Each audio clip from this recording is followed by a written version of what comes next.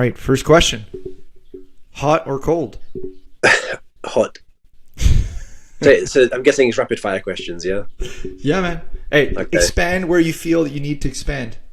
Okay. Being from Hot. Portugal, I understand. Hot.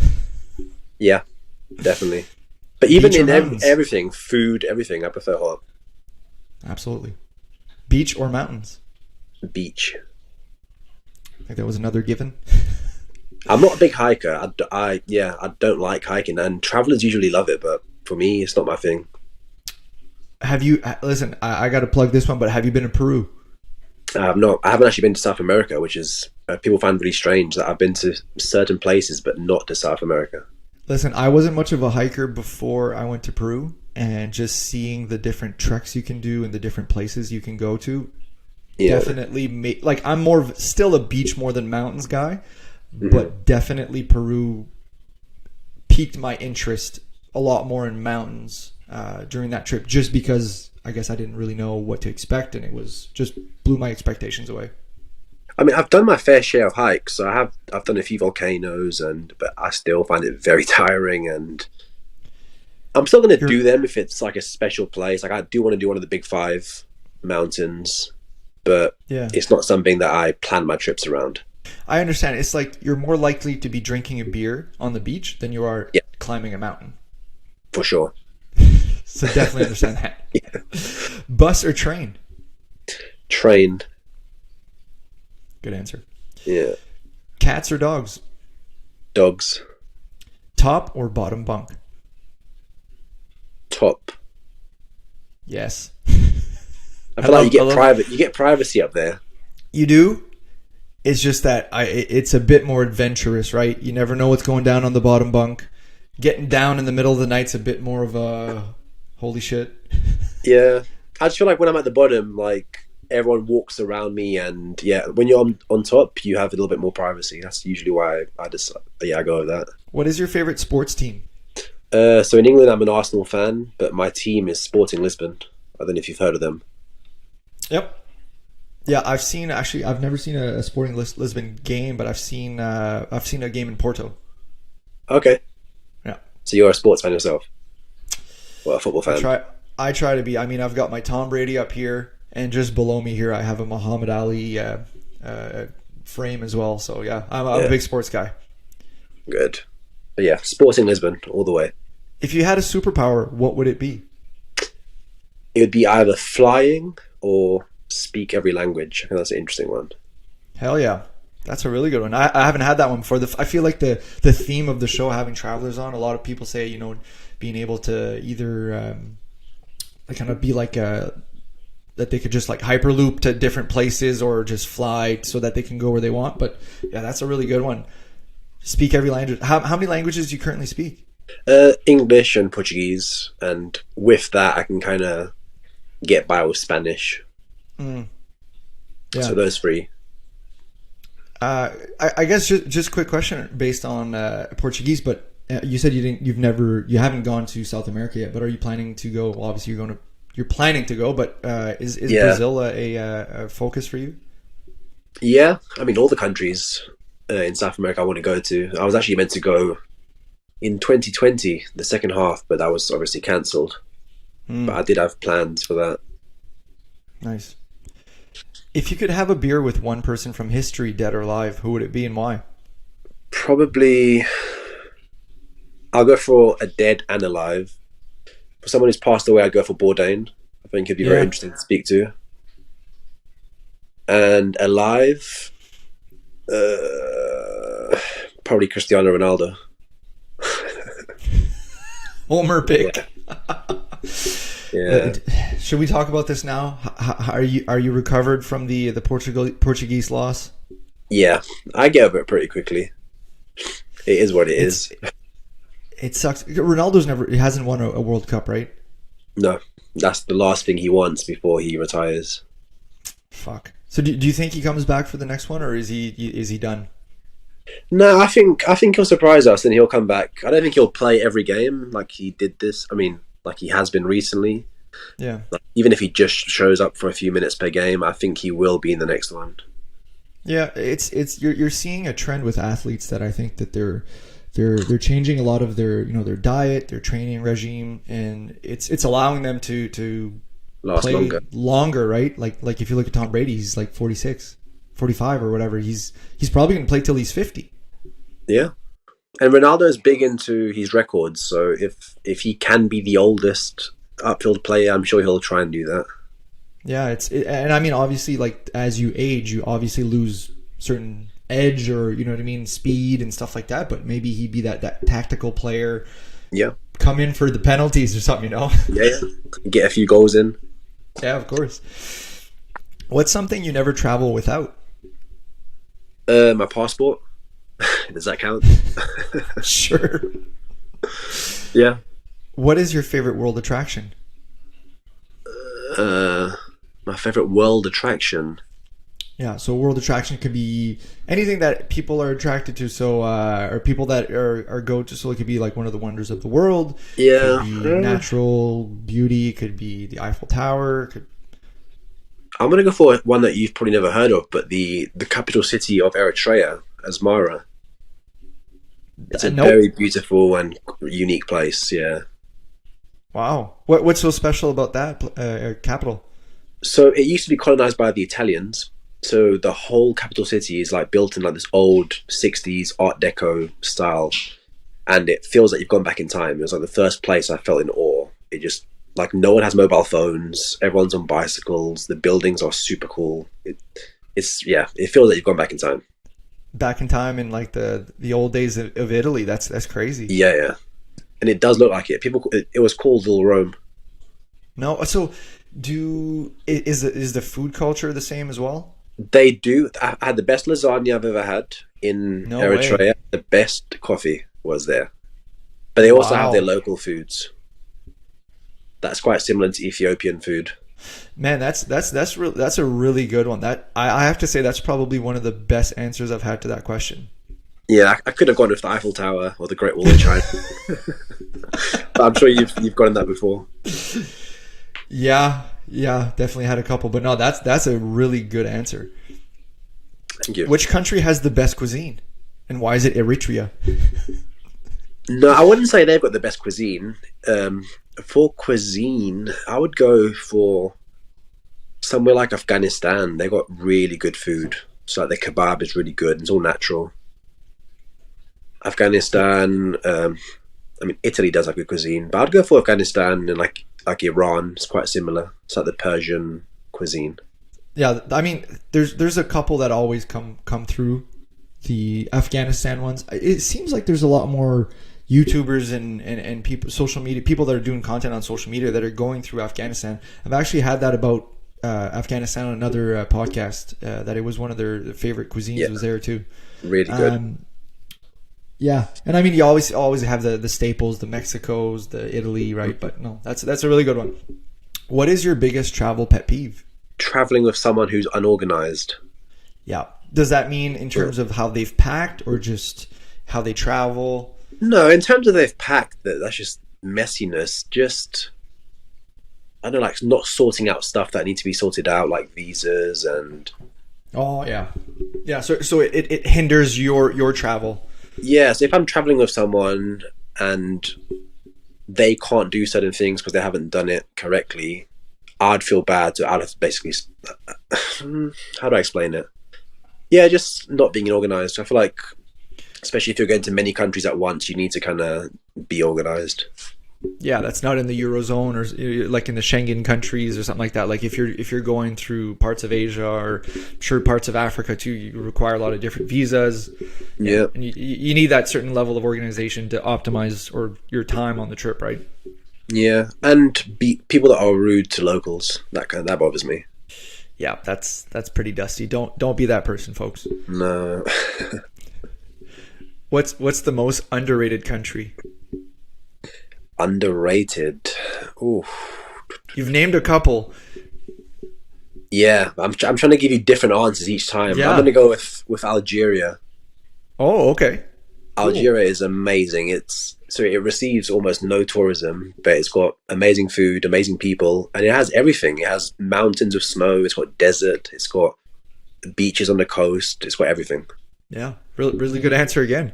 But in terms of food, how would it differ from Morocco? Let's say, because Morocco is maybe a food culture that more people are familiar with. Yeah, I mean, it's got a lot of the similar dishes like the tagine and stuff, Tagine, but yeah. then the food changes everywhere you go. So in the south, because Algeria is very big, it's the biggest country in Mm. Africa. If you go down in the south in the desert, it's got more of the Tuareg sort of dishes. In the north, it's got more European type of food. It just it's all very different. So Morocco is quite similar, north to south. Algeria, it does change from like region to region. Interesting. Where's somewhere you'd never go back?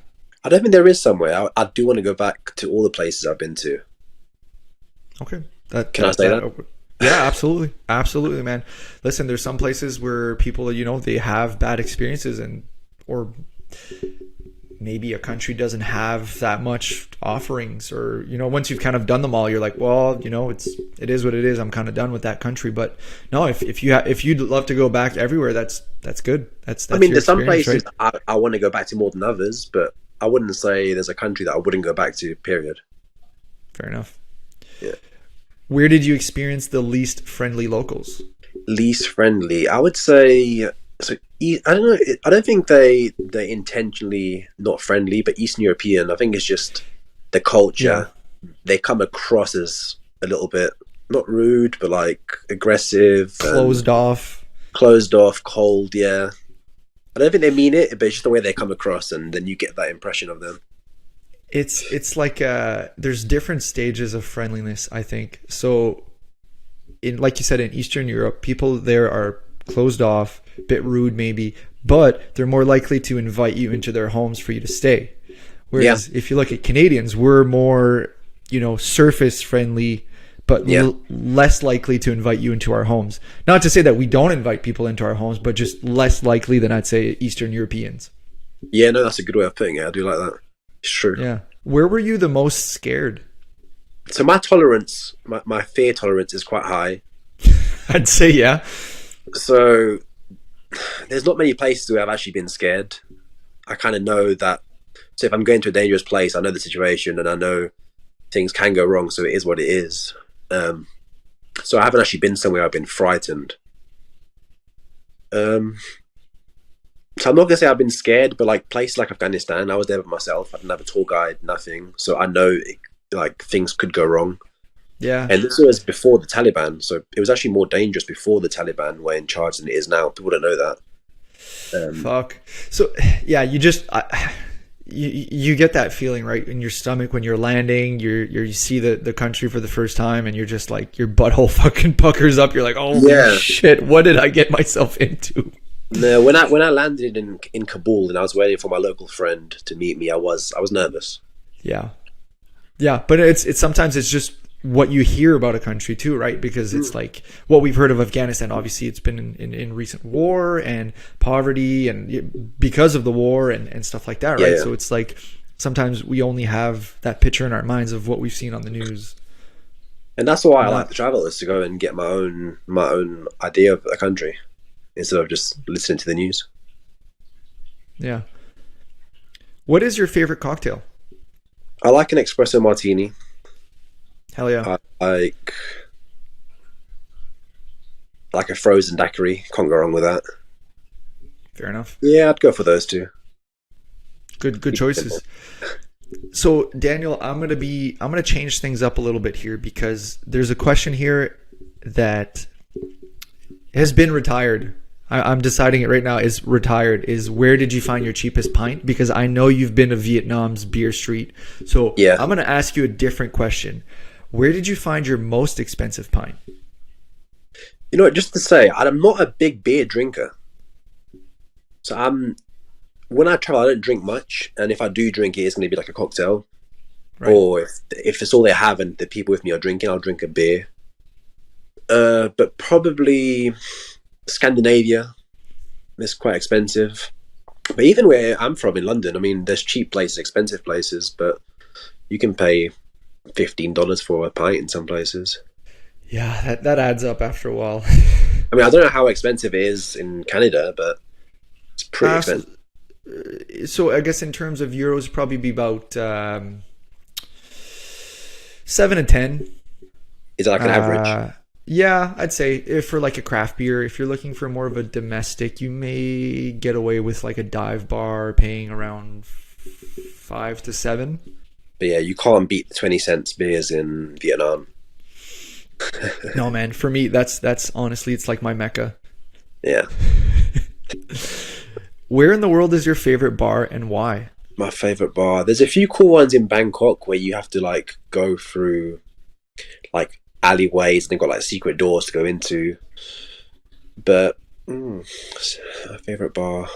I'll tell you. I'll tell you about one of mine here. Just while you're thinking about it. There's one that I went to in Berlin, and it was part of this alternative pub crawl. Okay. I wouldn't say it's my favorite, but it is definitely one of the most interesting I've ever been to in the world. So we take the S-Bahn to this random region in Berlin. We follow this tour guide that's organizing the tour. Go into this unmarked building. Go down some stairs where there's not even like drywall. It's just drywall like on the walls.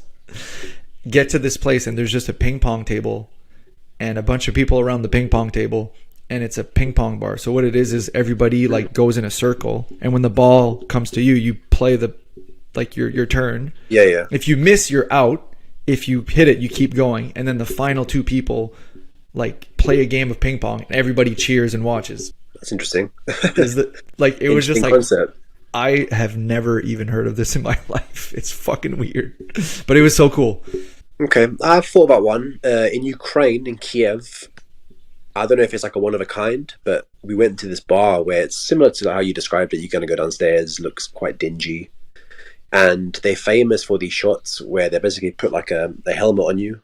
They make you do the shot and then they hit your head with a fire extinguisher and spin you around.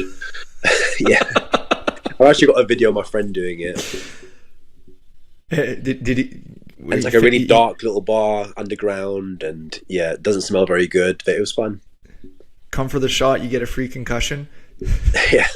It's good for it. It does for a good video. Yeah, absolutely. Sounds awesome though. But all right, let's get into top 5. Top 5. All right, guys. So in this top 5 here, Daniel's going to give us the top 5 strangest foods that he's eaten. So start us off at number 5. I'm going to do no particular order, if that's okay. Okay, yeah, that no particular order works. Okay, so a lot of these are quite recent because I've just came back from Asia. And I think I can actually do the whole top 5 from the last month and a half. It's still in your stomach almost. Yeah, fresh. Okay, so this is one that I haven't actually posted on social media. I think I put it on my close friends on Instagram, but a lot of people get offended by this, but I had dog meat in Laos. Oh shit, was it golden retriever? You know what? We couldn't understand him too well, and I showed him. I just googled dog, and obviously the generic golden retriever comes up, and I showed it to him. He's like, "Yeah, dog." Oh, dude, how was it? No, it wasn't a golden retriever, but it was pretty good. It was seasoned really well. It was like barbecued. We just met these guys sitting around on the floor in the middle of like nowhere. It's like in the bush, and they had a dog with them sitting next to them, which is really weird. Oh. But yeah, Oh, so no. dog. I mean, I would say that's number one, like strangest. To be fair, What was it like? like a very thin grilled beef, because it was seasoned really well, so you kind of just taste the seasoning, like the peppers and all the spices. Fuck. And from the questions I just asked you here, the Q&A, like you picked dogs, you're a dog person too, so that must have been tough for you, no? Yeah, like I said, I try it once. I'm not going to go and yeah, find and kill my own dog, but if it's already cooked, I'll give it a try. Fair enough. Number 2, you've probably seen the video, but I would say sago worms from Borneo. So they're basically coconut worms, and they're quite common. Like people still eat them, and so it's an indigenous food that they have in Borneo, and yeah, they quite big and they're alive. And when you bite into them, they just explode in your mouth. It's a fun experience. Yeah, like I remember, like in the video, you put it down and then like the thing's like moving. I'm like, well, what if you're like chatting with a friend and it like escapes? I mean, they come in a bowl, so I don't think they can crawl out of it. But yeah, that'll be funny. Fuck. So what does it taste like? When I had it, we put lime on top too. So you basically only really taste that, Okay. but you feel the sensation of it exploding, and it's just like I don't know, like a little gooey. But you just taste the lime. Okay. And man, in that video, you're a fucking champion because like the guy puts it down and you don't even hesitate. You're just like, "Pah! Just take it." Like, That's I've one of done the this. foods I was a little bit nervous of trying when they brought it over and I was holding it for the first time and it was moving in my hands. That was it was strange. Yeah. Number three. Number three can be like a group, so it can be like bugs in Asia. Mm. So I had scorpion in Thailand, which is quite common, but in Cambodia I had tarantula, which is it's actually like the locals eat it. It's very common. Shit. So there's like a town in Cambodia where there's like a lot of tarantulas, and then from there they get sold all over the country. So it's a very common local food, and that was interesting. It was very hairy, and they spray some sort of like liquid seasoning on it, which makes it edible. But that and other bugs, I tried all the bugs. I tried scorpion, grasshopper. I tried them all when I was there. All right. So least favorite and most favorite bugs. Out of the bugs, they're all quite similar because the way they cooked, they basically like fried. Yeah. So they don't really taste like much apart from the seasoning that they put on it, the liquid seasoning. So they're all pretty similar. Just the tarantula was it's like a proteiny thing. yeah, like that's something I would happily. I mean, most things I would do again. I wouldn't do the dog again for ethical reasons, but most food I haven't had anything quite where like I don't want to do again. It's all been fine. Nice. This came from the same meal, but I'm going to put it as two separate ones. So it would be snake. Oh shit. So there was this little lady selling cobra in Jakarta, Indonesia, and so you'd have the snake sautéed, so like on a stick, grilled, which is nice. So that would be one of the foods. But the other one, I don't know if you saw it, but it got taken down from my TikTok, but I had a shot of snake blood. I don't think I saw that one. Yeah, it got taken down for apparently it was too gruesome. So she cuts the head off, puts the blood into a cup with a little bit of rice wine. She gets the bile from the snake and puts that in it, and the spinal cord, and cuts that up, and you drink that raw. Oh. So that one wasn't the nicest. It was Does it taste like you know what I mean? Like if you cut yourself or something, like you put your like oh my god, does it taste kind of like that? Like no, it didn't taste like it didn't have the irony taste.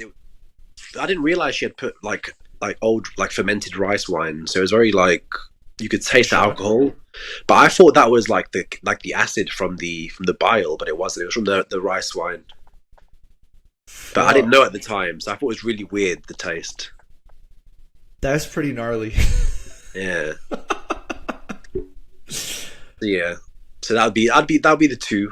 So it'd be the snake shot and the snake meat. And I also tried monitor lizard from the same lady. She had monitor lizard there, so I tried sautéed both. How was that? So snake was more. So monitor lizard is very similar to crocodile. So it tastes like chewy chicken, and snake was like a chewy pork. It was like pork but chewier. There's a couple more there's one more that I saw on your TikTok. One that maybe people aren't familiar with, but it's the durian fruit. Yeah, like, durian. I know that there's like signs in like Thailand of people saying like don't bring durian here. Like that's how strong the smell is. Yeah, it's the world's smelliest fruit. So many hotels and like public transport and many public buildings, you can't have open durian there. It's illegal. What does it smell like? There's different types, but like the generic smell is like old socks. But then you can kind of start to appreciate it over time. Like it doesn't smell bad anymore. Does it smell like that when you're eating it? Yeah, the and the taste is like that as well. No, it tastes completely different. So the taste, I had one called Musang King, which is meant to be the best quality of durian, and that was kind of tastes like custard. Okay. And it's similar color, but like a solid custard. And that was my second time having it. I had it a few years ago, and I hated it, and I gave it another try, and it was I'll do it again. That's pretty gnarly, dude. Yeah. Yeah. So listen, I'll share one that I've done that you might not have heard of. So I grew up in the north of Canada, and when I was like in grade 1 or grade 2, I remember we did like a show and tell almost, and most people just like show random, you know what I mean, like kids stuff, like I don't know, their favorite toy and shit like that. But like, Yeah. one of the kids that we had brought in raw seal for us to try. Oh, that's an interesting one. Yeah. How's that? It was so seals are very fat, right? They have a fat layer, so it tastes very like, I remember it because I remember my parents telling me don't eat raw meat, right? Like, so, and when we were eating it in class, I was like, oh my god, like am I gonna get sick? But it was like a very fatty, fishy meat. Yeah, that's interesting. I haven't had that. Yeah, I'll be on my list for when I go there. Yeah, man. If there's not a lot of people who do it, but if you want to do crazy shit in Canada, I'd highly recommend doing Nunavut or Northwest Territories. Nunavut being the crazier one, because it's a complete tundra.